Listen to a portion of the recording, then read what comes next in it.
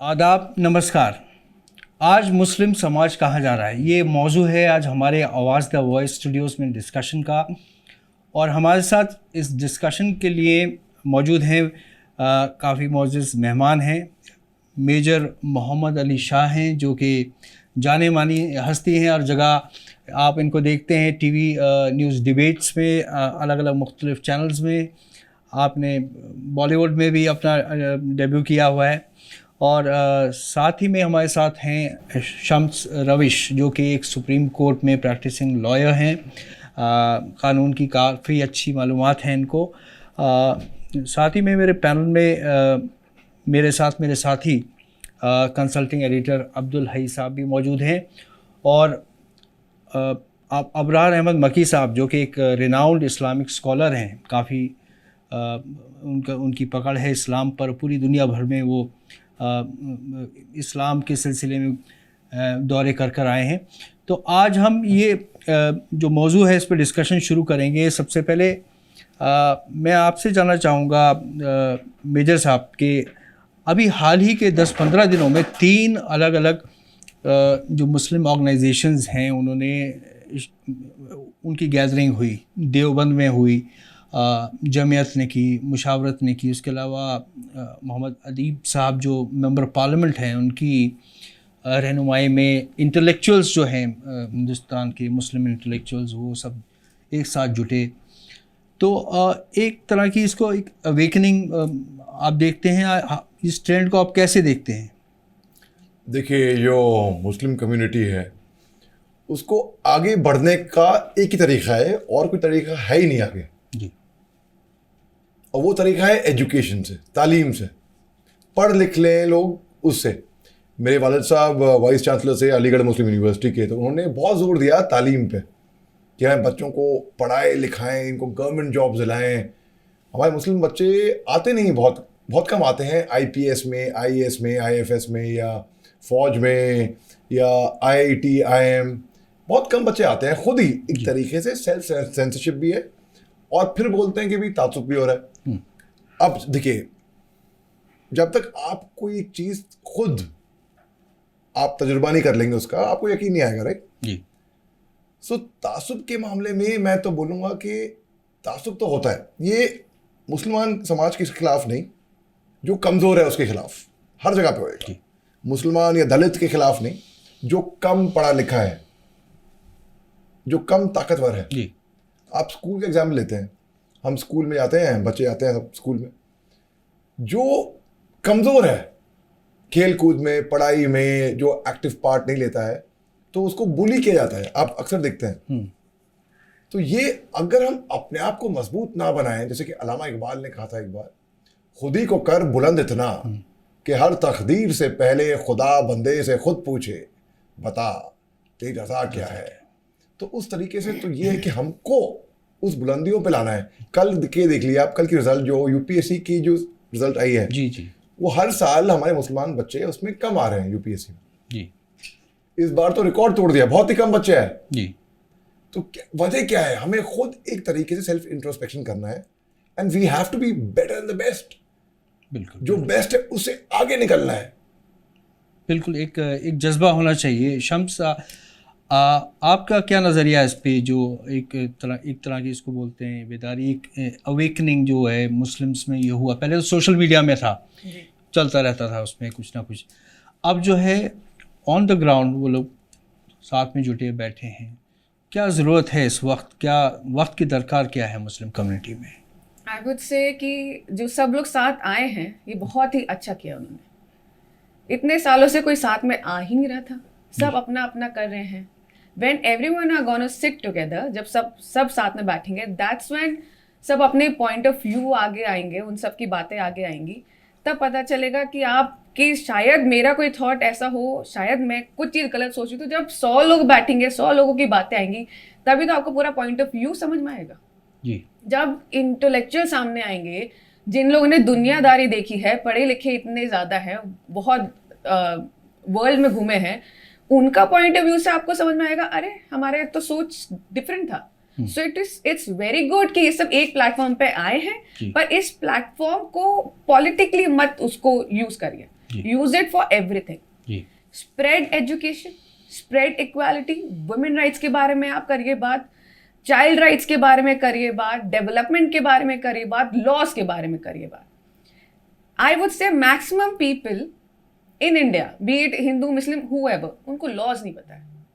आपको लॉज नहीं पता तो आपके साथ कुछ हल्का सा भी कुछ होगा तो आप इतने घबरा जाते हैं। जी जब कोई कानून बना है ब्लैक और व्हाइट में, जब भी कागज पे कुछ भी रहेगा, कोई भी पावर में आ जाए, जी कोई उससे हटा ही नहीं सकता। उससे every comma, every full stop has a different meaning. Her comma, her full stop का एक अलग ही मतलब आता है। बिल्कुल। आप उसके ऊपर आप चलेंगे, कोई कोर्ट, कोई कानून, कोई एक अकेले इंसान से पूरा जुडिशरी नहीं चल रहा है। जी कोई अगर सत्ते में है और आप सोच रहे हैं कि भाई पूरा ही सिस्टम जितना है आपका इंडिया का, बी इट एग्जीक्यूटिव, जुडिशरी, वो सब उन्हीं के ऊपर चलेगा, ऐसा नहीं है। जी आपको अपने कानूनी राइट पता रहेगा तो किसी के पास भी ऐसा कोई पावर नहीं है कि वो कुछ भी बोलेगा और वो होगा।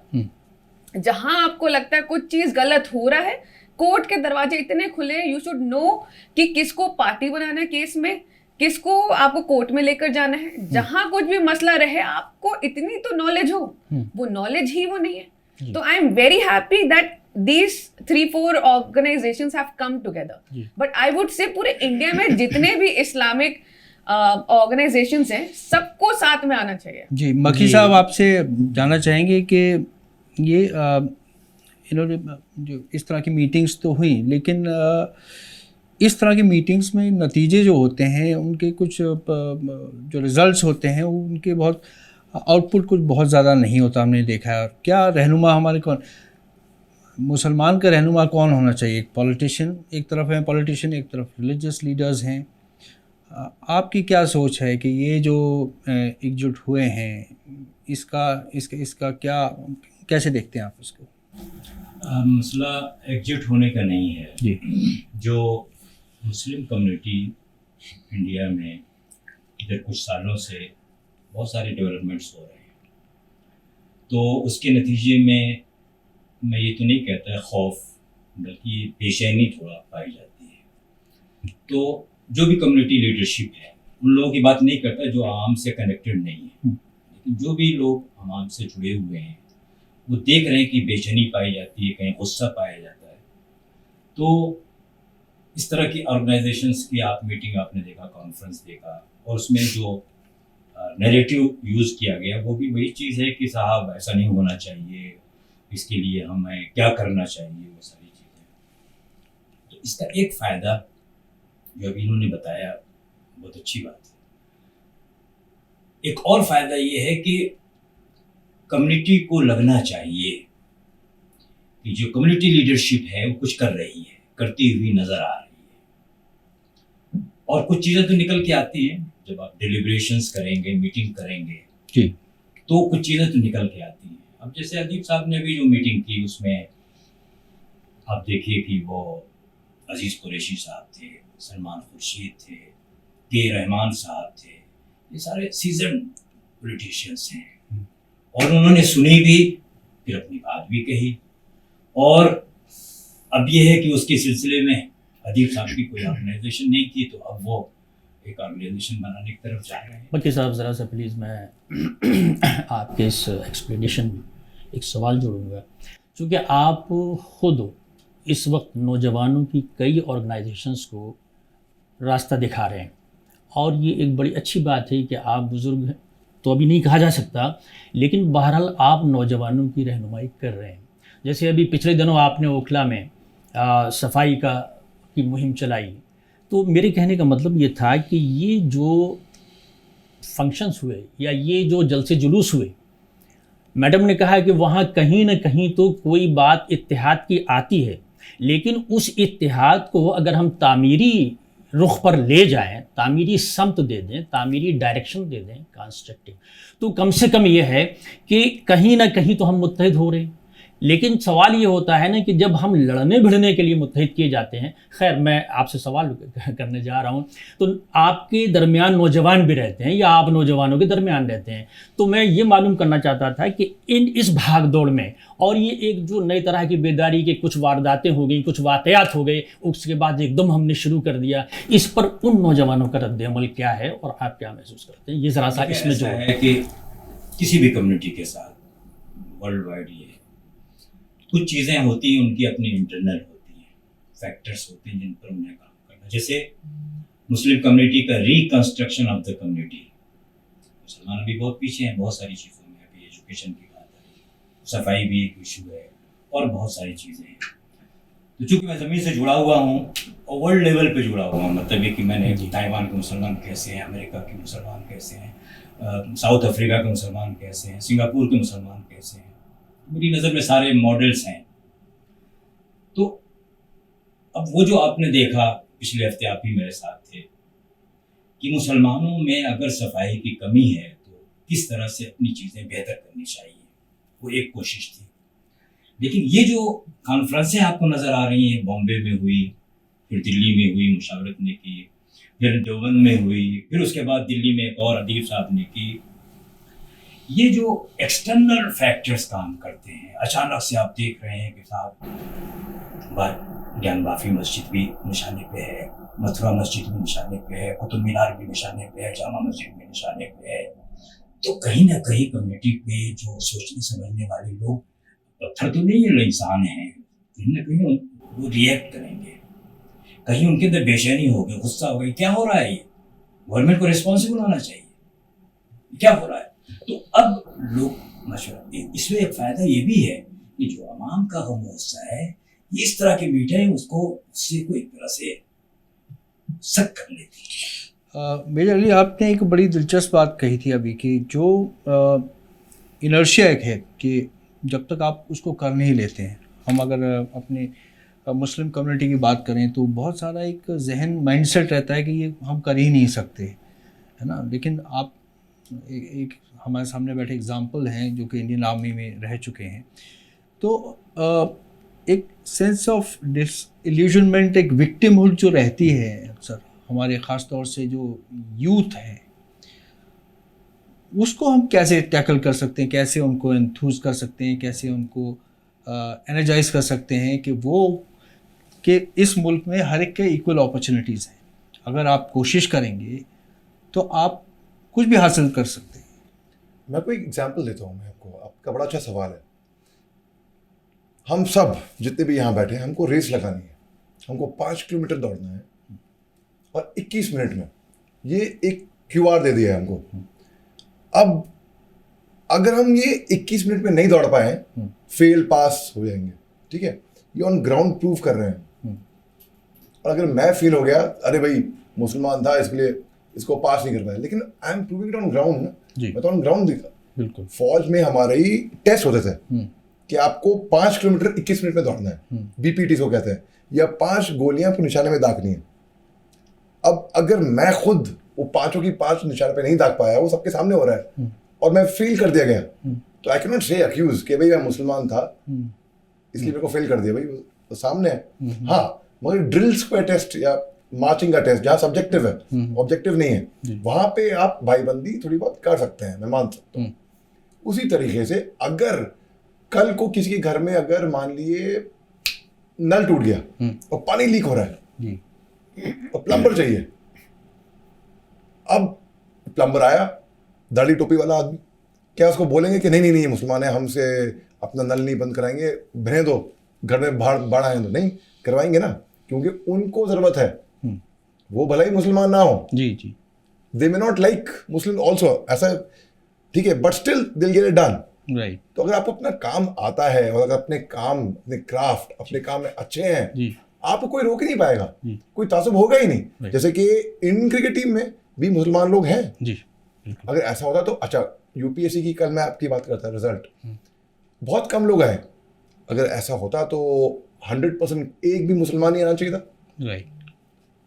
मेरे फादर इंडियन आर्मी के deputy chief of army staff के ओहदे से रिटायर हुए थे जी, वो number 2 in the full Indian army, जी, उनके साथ क्यों नहीं हुआ तासुब? क्योंकि वो लंबे खड़े हुए, लंबे कद में ही नहीं, जी बाकियों के हिसाब से मुकाबले में ही was good at his job, जी ही न्यू हिज वर्क। जी जी मैं फौज के बाद IIM गया, जी तो वहीं पे मेरे को स्क्रीन आउट कर देना चाहिए था। नाम पढ़ के ही मोहम्मद अली शाह, नाम कोई पढ़ के स्क्रीन आउट कर देगा, मैं स्क्रीन आउट नहीं हुआ क्योंकि मैंने खुद मेहनत करी। जी। अब खुद अगर हम एक सेल्फ सेंसरशिप में रहेंगे कि नहीं नहीं नहीं मैं कोशिश भी नहीं करूंगा, क्योंकि कोशिश करने वालों की कभी हार नहीं होती।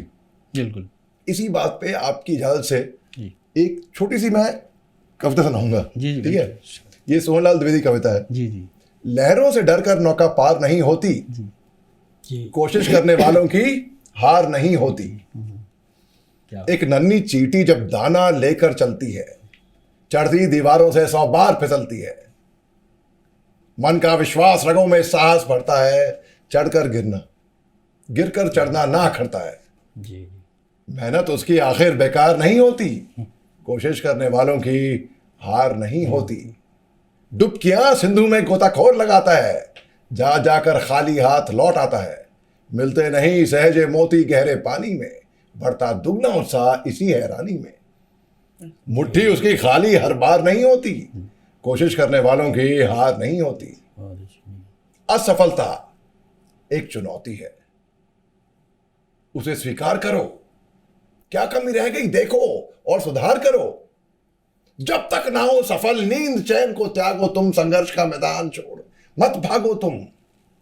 कुछ करे बिना ही जय जयकार नहीं होती, कोशिश करने वालों की हार नहीं होती। तो मैं बोलूंगा, मैं अपने सारे मुसलमान भाइयों बहनों को बोलूंगा, प्लीज आगे आइए। वकील साहबा को देखिए आप कितना स्मार्ट लग रही है कोर्ट में, और बिल्कुल एक बिकॉज यू एजुकेटेड, इन्होंने वकालत पढ़ी। जी हम अगर घर में ही बैठ जाएंगे कि मैं आगे पढ़ूंगा नहीं बिल्कुल और हम कोशिश ही नहीं करेंगे, जी तो आप देखिए, हम जाहिर सी बात है हमारा होगा ही नहीं। हम कोशिश करें तब ना हो, मैं मान सकता हूं। जी जी कोशिश ही नहीं करेंगे तो होगा ही नहीं भाई। बिल्कुल। तो मेजर अली अगला साहब अगला सवाल मैं शम्स से ही पूछना चाहूँगा। जैसे मकी साहब ने भी जिक्र किया अभी, जैसे जो एक रिक्लेम ऑफ रिलीजियस प्लेसेस की एक बात चल रहा है, एक नैरेटिव हुआ है, जैसे ज्ञानव्यापी हो गई, मथुरा की हो गई। आप एक सुप्रीम कोर्ट में प्रैक्टिसिंग लॉयर हैं और आपको महारत है लॉ में। आपको क्या लगता है कि मुस्लिम कम्युनिटी जो है उसको ये जो दिस लिटिगेशन जो है शुरू हुई है, इसको कैसे डील करना चाहिए? How should they go about this? देखिए, जब भी ऐसे कोई मैटर्स फाइल होते हैं, सबसे पहले आपको पता होना चाहिए कि लॉस क्या है। जी आप एक अच्छे लॉयर को अपने लूप में आप रखें। जो सिर्फ डिस्ट्रिक्ट कोर्ट में वकालत कर रहे हैं उनको सुप्रीम कोर्ट और हाई कोर्ट के बारे में उतना नॉलेज नहीं होगा। जो हाई कोर्ट में प्रैक्टिस कर रहे हैं उनको सुप्रीम कोर्ट के बारे में उतना नहीं पता होगा, उनको डिस्ट्रिक्ट कोर्ट के बारे में पता। जो सुप्रीम कोर्ट में प्रैक्टिस कर रहे हैं उनको सारे कोर्ट्स का पता होगा। सो ऐसे किसी लॉयर को अपने लूप में आप रखिए जो आपको गाइड अच्छे से कर पाए। अचानक से पैनिक होके कोई पॉइंट नहीं होता। प्रॉपर्टी किसके अंडर है ये सब आप देखिए। आप यूनियन ऑफ इंडिया को आप पार्टी बनाइए, ASI को पार्टी बनाइए, उनके भी वकील होते हैं, वो लोग भी आके बोलेंगे। और उनके वकील ऐसे नहीं है कि वो लोग कुछ भी आके बोलते हैं। उनके पास भी उनका एक्ट है, उनके लॉज है, उनके रूल्स है, रेगुलेशन है, नोटिफिकेशंस हैं, उसके ऊपर ही होता है बहस। जी सो हर कोई बायस है और सिर्फ मुस्लिम्स ही आगे रहें वैसा नहीं होता कि मुस्लिम्स को बिल्कुल आपने बिल्कुल पीछे रख दिया, नहीं जी हमें ही आगे आना है। आप लॉज के ऊपर से आप अगर चलने पे आएंगे, कोई ऐसा कानून नहीं है जो जायज़ चीज़ नहीं है वो आपको बिल्कुल ही आपसे ना छीन ले। जायज़ चीज़ आपके पास हमेशा रहेगी, जो जायज़ नहीं है वो आपको जाएगा। मैडम प्लीज़, मसाजिद के सिलसिले में तो ये मामला चल ही रहा है जी ज्ञान वापी, उसके बाद फिर दूसरी मस्जिदें। जी। यहाँ पर मैं तो आपकी तवज्जो दिलाऊंगा, यूनिफॉर्म सिविल कोड का सिलसिला भी कुछ शुरू हो गया है, ज़रा सा उस पर भी आप तवज्जो डाल दें लगा इसी सिलसिले में। देखिए, तो ये भी एक कानूनी पहलू है कि इसमें कहाँ तक तब्दीली हो सकती है और किस तरह हो सकती है, क्या मुसलमानों के नुकसान में जाएगा, वो इस पर भी रोशनी डाल दें। देखिए, यूनिफॉर्म सिविल कोड जो है इसके बारे में बड़े सालों से बातें हो रही, चर्चा हो रही है। मुद्दा ये है कि आप देखिए उसके अंदर क्या क्या बेनिफिट का है, क्या क्या लॉस का है। कायदे से लॉस जो हैं कभी भी एक देश में ज़मीन के होने चाहिए, रिलीजन के नहीं। जी लैंड के लॉज हमेशा होने चाहिए। अगर आप डिफरेंट रिलीजन के अगर लॉज लेकर आएंगे तो वो हमेशा आपको लॉस ही करने वाला है, बिल्कुल नुकसान ही करने वाला है। आप अपना लॉस ले आए, फिर हिंदू का अपना, सिख का अपना, सबके अपने अपने आ जाएंगे, क्योंकि हर रिलीजन में कुछ ना कुछ है जी। तो uniform civil code is something that of course आना चाहिए, क्योंकि औरतों का हक जा रहा है। आज के टाइम पे तलाक यूं हो जाता है, बिना आपका जो भी मेंटेनेंस है, बच्चों का मेंटेनेंस नहीं है, वाइफ का मेंटेनेंस नहीं है, और वो इतने साल बसर कर रही है ऐसे जिंदगी कोर्ट के चक्कर काट के। आप इंडिया का मैं आपको बताऊं, एजुकेशन के मामले में सिर्फ मुस्लिम नहीं, हिंदूज के अंदर भी एजुकेशन के मामले में औरतों को आपने बिल्कुल बाहर में रखा हुआ है। इकोनॉमिकली बेचारी चैलेंज्ड है। चलो आपने उनको पढ़ाई में आगे किया, लेकिन उनको कभी जिंदगी जीना सिखाया ही नहीं। बस आपने 12th किया, ग्रेजुएशन किया, शादी की, घर में आप अपना घर को संभाले, बच्चे संभाले। इकोनॉमिकली इतने चैलेंज्ड है कि वो लोग बिना एक सपोर्ट के, बी एड बाप, बी एड हस्बैंड, उन सपोर्ट के अलावा उनको बाहर जीना ही नहीं आता। तो जब सपोर्ट नहीं है तो उन लोगों को मिसयूज बड़े आराम से किया जाता है। अब्रार साहब, ये जो अभी जलसे हुए, जमीयतुल उलमा ने भी किए, जमात इस्लामी ने भी किए, मजलिस मुशावरत ने भी किए, ख़वातीन को कहाँ रिप्रेजेंटेशन मिला है? इसमें क्या उनका कोई हिस्सा नहीं है, उनका कोई किरदार नहीं है जमात इस सिलसिले में? आपका मैं करेक्शन कर दूं, जमात इस्लामी ने नहीं की, मुशावरत ने की। तो मुशावरत तो फेडरेशन में जमात इस्लामी के साथ ही है ना जी। लिखने की उसका हाँ, उसका वो बाहर कोई फंक्शन नहीं हुआ है जी। तो इसमें ख़वातीन के जी। इन तमाम कॉन्फ्रेंसों में, मीटिंगों में एक बड़ी तादाद ख़वातीन की भी थी, जिसमें मैं शरीक हुआ अदीब साहब की।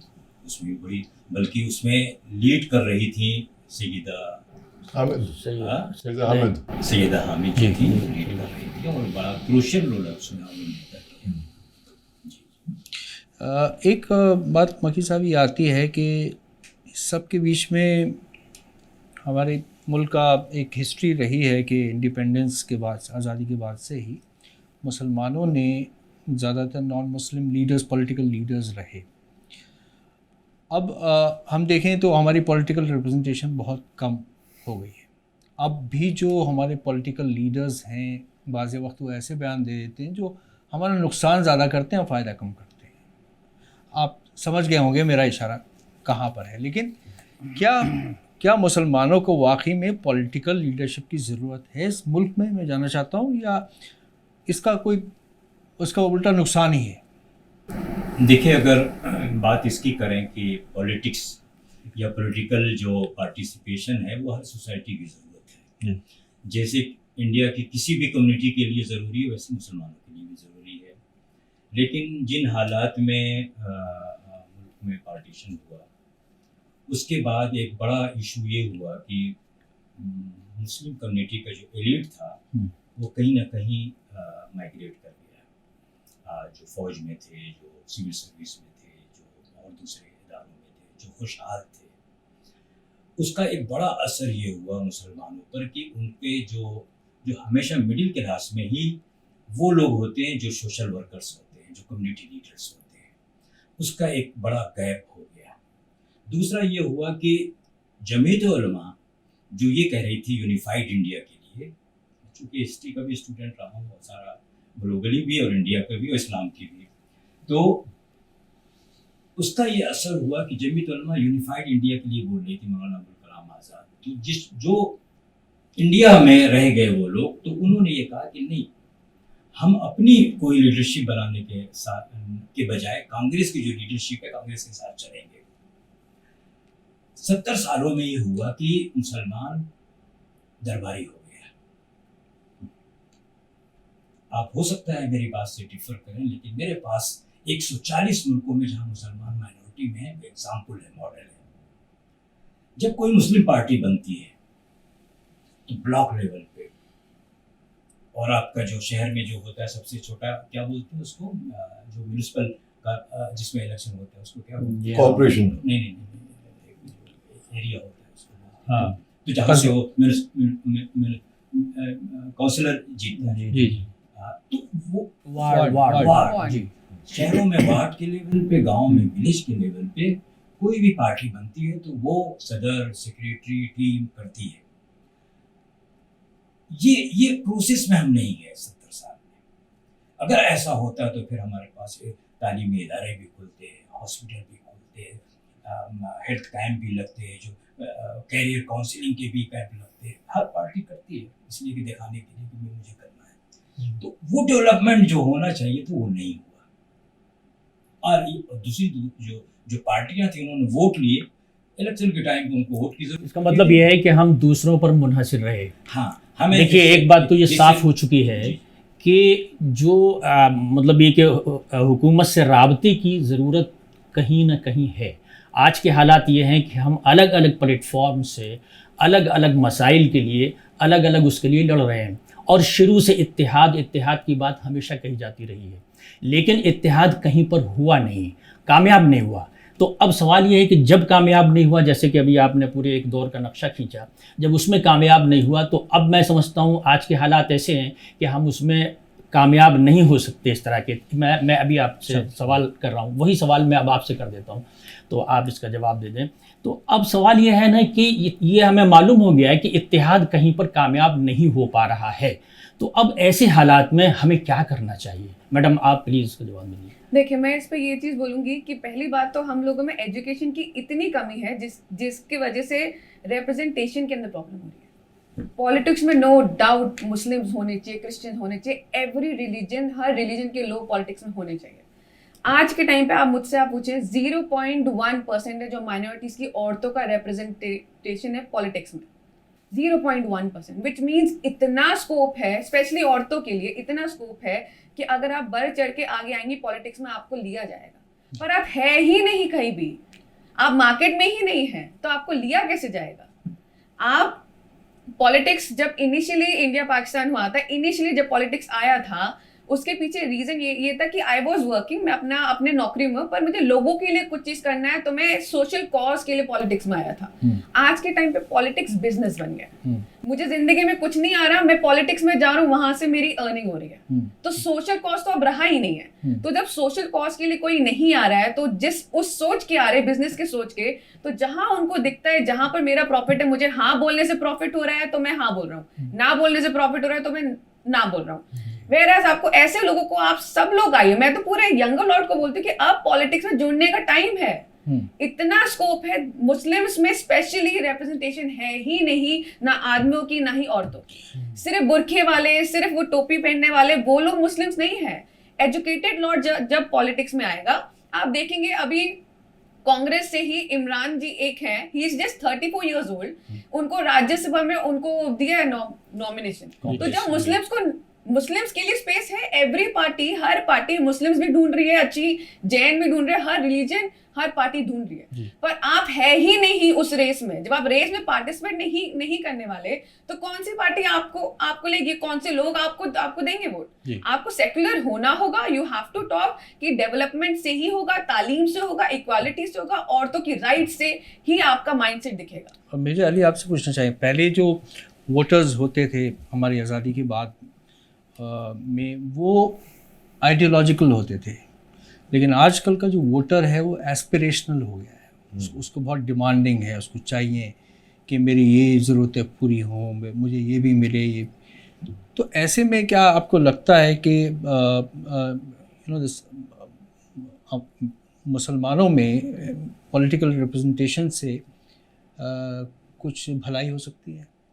दोबारा आपका बहुत ही अच्छा सवाल है। देखिए, सबसे पहले मैं एक बात क्लियर करना चाहूँगा हमारे जो मुसलमान भाई बहन नहीं हैं उनके लिए।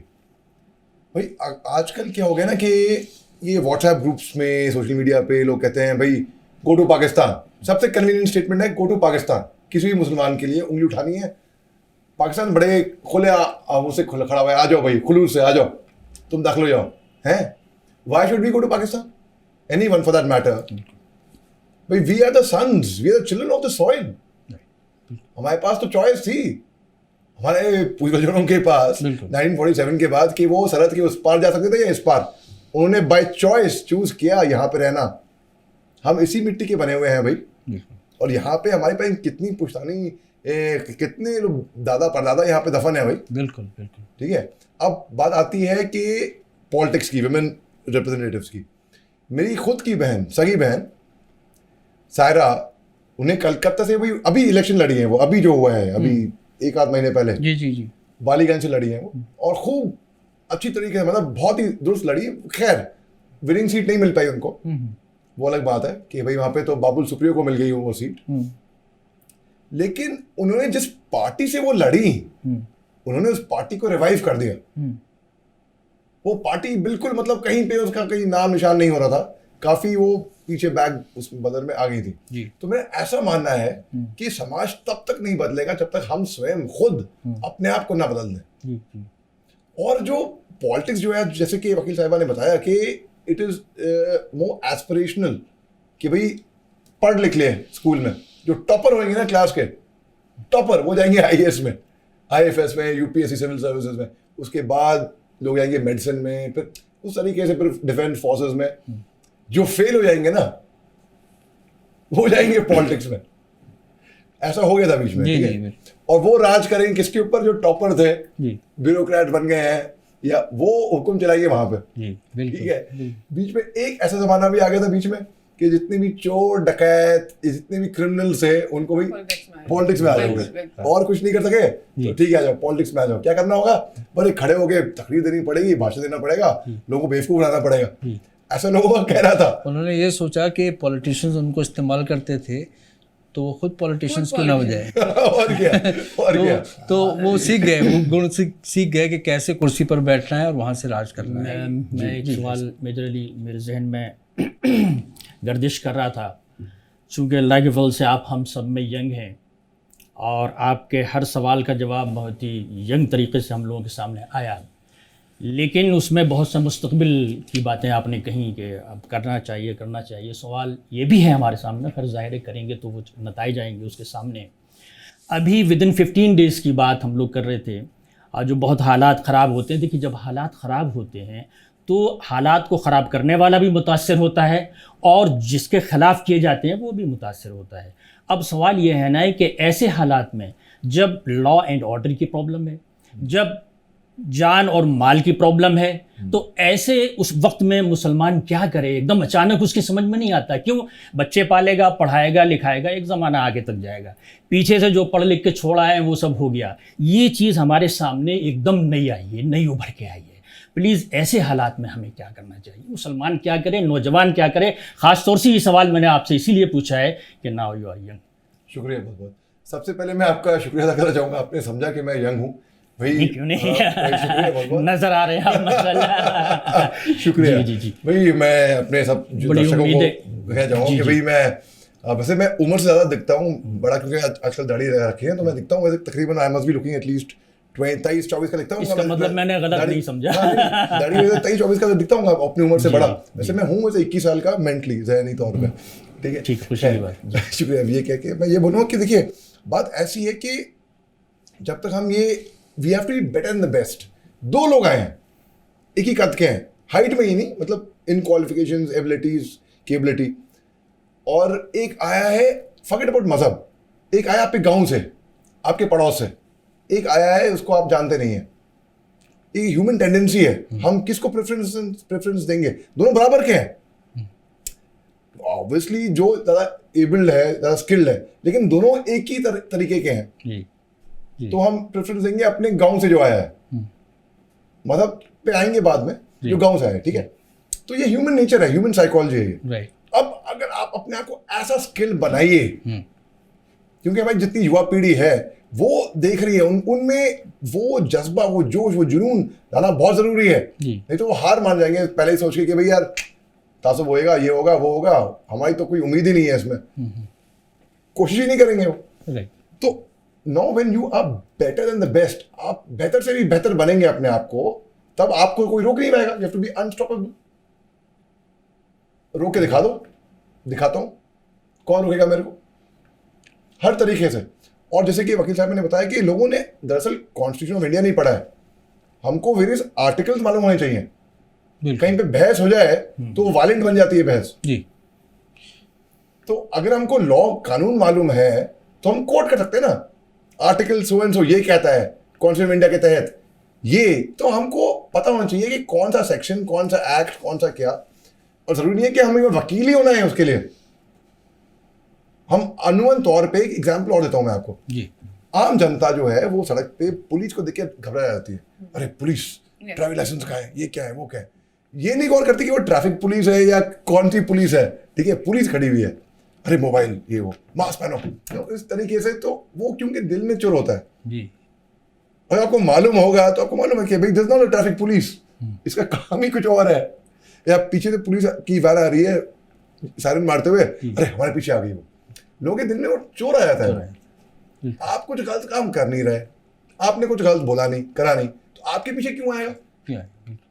तो वो अपनी जहन, अपनी सोच खुद हमें बदलनी होगी। जी, सोच बदलने की बात मेजर साहब ने की।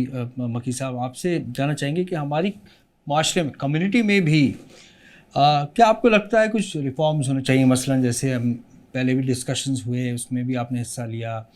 हमने बात की थी कि हमारे जो मस्जिद हैं उनको हम कैसे दुनिया में जिस तरह से सोशल सेंटर्स की तरह इस्तेमाल किया जा रहा है। आपने बात की हेल्थ एंड हाइजीन की, किस तरह सफाई। तो अब माशरे में, या फिर हम एजुकेशन की बात करें, क्योंकि हम देखते ज़्यादातर जो बच्चे हैं हमारे मुस्लिम कम्युनिटी में आगे रहती हैं पढ़ाई में, लेकिन लड़के जो हैं हमेशा पीछे रह जाते हैं। वो मदारिस में ही रहते हैं, वो मदरसों में जाते हैं या वहीं पे वो मजबूरन उनको वहाँ रहना पड़ता है, क्योंकि उनके माँ बाप जो हैं अफोर्ड नहीं कर सकते उनको स्कूल देने, ये स्कूल में उनका एडमिशन नहीं हो सकते। तो क्या आपको क्या लगता है, प्रायोरिटी क्या है कि हमारे माशरे में किस तरह के रिफॉर्म्स की प्रायोरिटी वाइज क्या होने चाहिए? देखिए, सबसे पहली चीज़ है जो हमारे जहन में होनी चाहिए प्रायोरिटी पे, इफ़ वी आर मुस्लिम्स, तो कहीं ना कहीं इस्लाम प्रायोरिटी है। अगर हम मुसलमान हैं, अगर मुसलमान नहीं है तो फिर तो कोई मसला नहीं। लेकिन अगर आप मुसलमान हैं तो आपका एक रब है, उसका भेजा हुआ मैसेंजर है, उसका ब्यूटीफुल मैसेज है। इस्लाम का जो मैसेज है दुनिया में जहाँ भी गया, उसने हार्ट्स माइंड्स को विन किया है। मुसलमानों पर एक बड़ा इल्ज़ाम यह आता है कि साथ तलवार के जोर से इस्लाम फैला। आज दुनिया का सबसे ज़्यादा developed country America, even more than Europe, वहाँ का प्रेसिडेंट ये कहता है कि इस्लाम सबसे ज़्यादा फैलने वाला मज़हब है मेरे मुल्क में, और उसमें बड़ी तादाद औरतों की है, बड़ी तादाद औरतों की। वो देखती है कि मुसलमान ये मुझसे बेवफाई नहीं करता। वेस्टर्न कल्चर ने तो आजकल दिया ही है, हम दोस्त बन जाते हैं तो we can share anything for any time. Living culture भी अब चल रहा है, लिविंग इन कल्चर। तो इस्लाम के पास मुसलमानों को इस बात का एहसास होना चाहिए, और नौजवानों में जो एलिनेटेड जनरेशन हमारी, उनको छोड़ के जो मुसलमान है उसके अंदर ये एहसास है कि हमारे पास एक बेहतरीन खूबसूरत मैसेज है जो हम दुनिया को दे सकते हैं। और इसने हर जगह सिवाय 2 जगह, एक इंडिया में और एक स्पेन में, हार्ट्स एंड माइंड्स नहीं विन कर सका।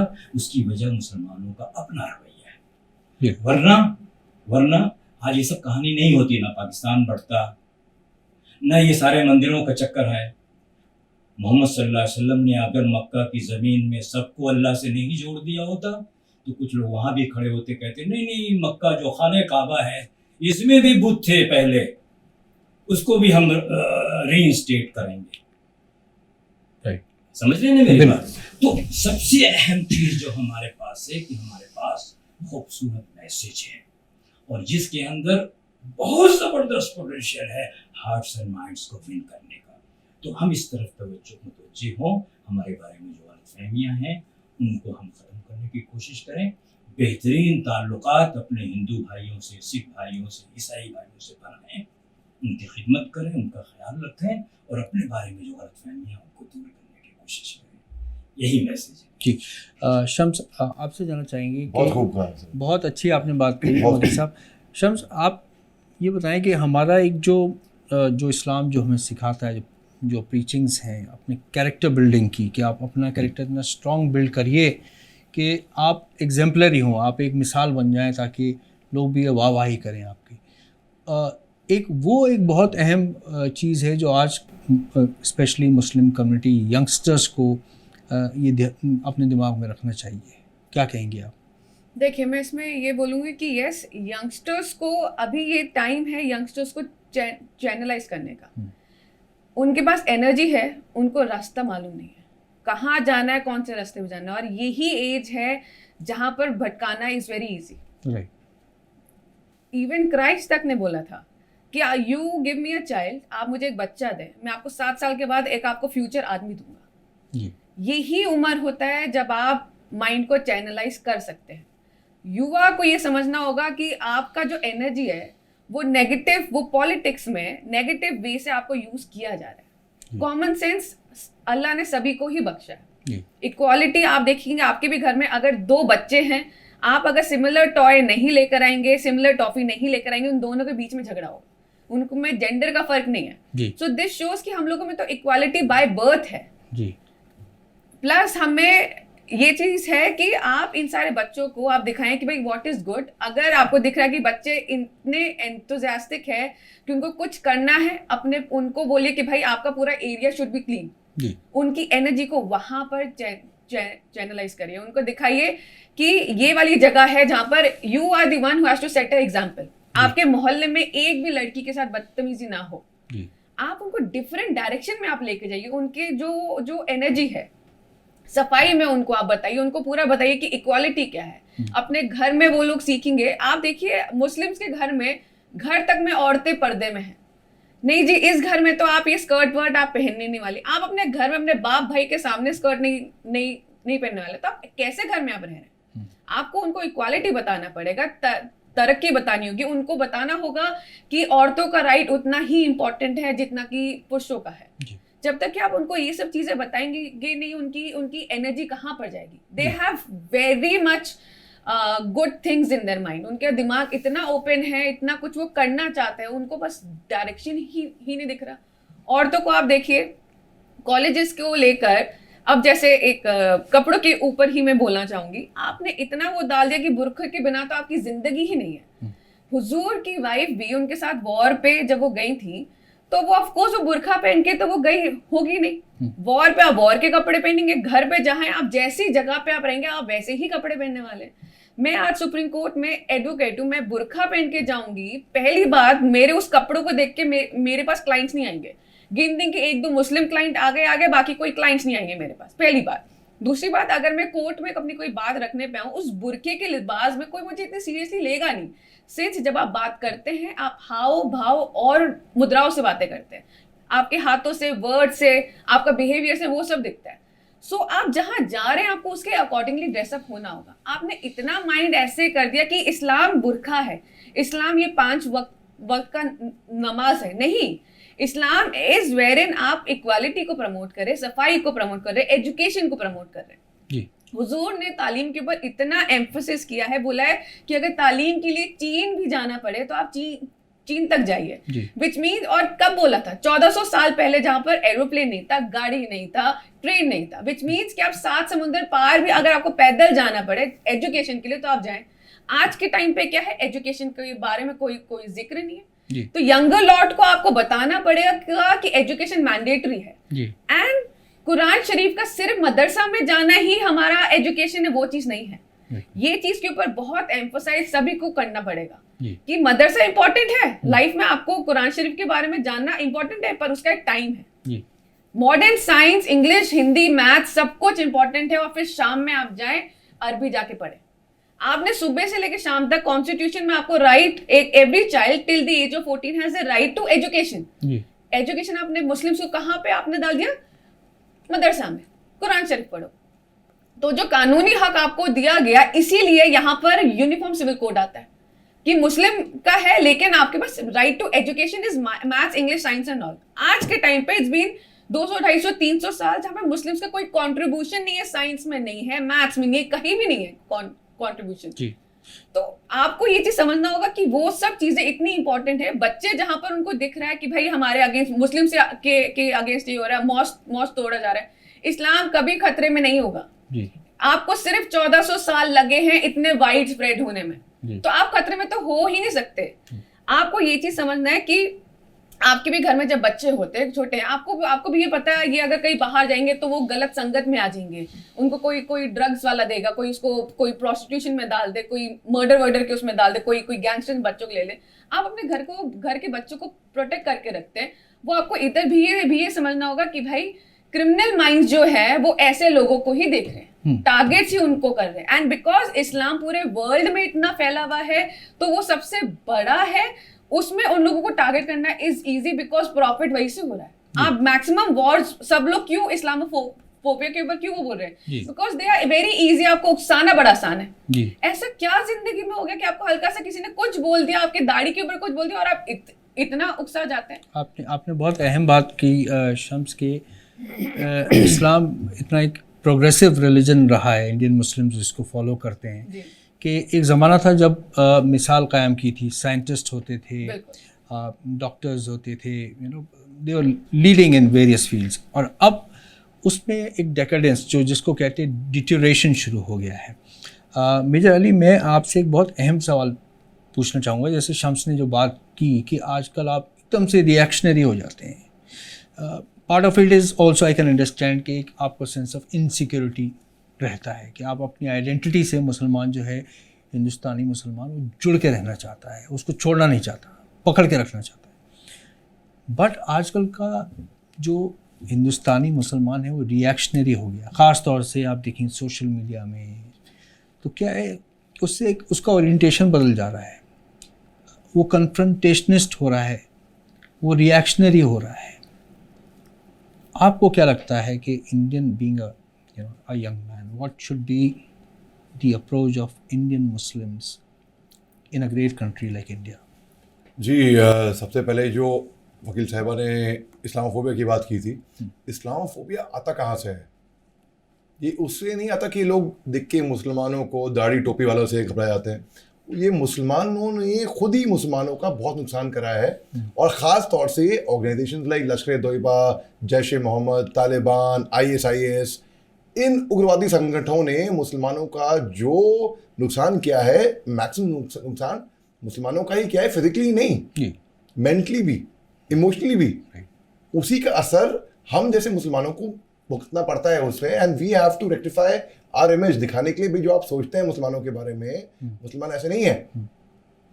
आज की तारीख में एक लेडी है, वो मैं उनका नाम नहीं लेना चाहूँगा, लेकिन मेरे को बहुत कोफ्त हुई देख के न्यूज़ चैनल पे 2 दिन पहले वो कोट कर रही थी कुछ कुरान शरीफ को, उनको इल्म ही नहीं है कुरान शरीफ के बारे में। अरे जब आपको इल्म नहीं है किसी चीज़ के बारे में, आप मिसकोट ना करें, आउट ऑफ कॉन्टेक्स्ट कुछ निकाल के, बीच का हिस्सा निकाल के ना करें आप जी। ये बहुत बड़ी बात है। दूसरी बात कि भाई एक ह्यूमन साइकोलॉजी हम देखते हैं किसी को कि अरे माथे पे तिलक लगाया हुआ है या दाढ़ी टोपी, माफ कीजिए मकी साहब, मैं दरअसल मगर एक ह्यूमन साइकोलॉजी है कि दाढ़ी टोपी लगाई हुई है तो मतलब अरे वेरी पायस होंगे, बहुत ही अच्छे नेक इंसान होंगे, होते हैं। भाई आप क्लीन शेवन है, मैं अभी तो खैर क्लीन शेवन कह नहीं सकता अपने आपको, लेकिन तकरीबन हमने दाढ़ी टोपी नहीं पहनी है, ठीक है, लेकिन ऐसा नहीं है कि वही लोग अच्छे होंगे। अगर आप बुर्खा पहन लिए तो आप अरे बहुत ही अच्छा नेक इंसान बन गए, ऐसा तो होता नहीं है कोई। जी। दीन में दाढ़ी है, दाढ़ी में दीन नहीं। भाई आप हराम का पैसा लेके अगर आप हलाल की दुकान ढूंढने निकलेंगे, समझ रहे हैं, तो ये इट डजंट मेक सेंस। बिल्कुल। सो इसमें यही है कि जो बदलाव, जो चेंज आता है वो हमारे में से स्वयं आता है, खुद हमारे में से आता है जी। अब इस्लामोफोबिया की बात करते हैं तो जो लोग ये दहशत फैलाते हैं ये ही मुसलमानों का नाम खराब कर रहे हैं, इमोशनली भी जी। बिल्कुल। तो मैंने एक ओपन लेटर लिखा था, अच्छा हाँ, ये पुलवामा हमले के बाद जब 14 फरवरी 2019 को रात को मैंने लिखा ये, और ये इसके कुछ 10 मिलियन शेयर हो गए थे ओवरनाइट सोशल मीडिया पे। और हर एक टेलीविजन चैनल का, दुनिया का कोई देश का चैनल नहीं होगा, पता नहीं आपका चैनल से हुआ नहीं उस टाइम पर, बाकी हर एक चैनल ने लीडिंग सैटेलाइट चैनल्स हो, चाहे यूट्यूब चैनल हो, चाहे और हर एक पब्लिशिंग हाउस हो, उसने वो लेटर छापा।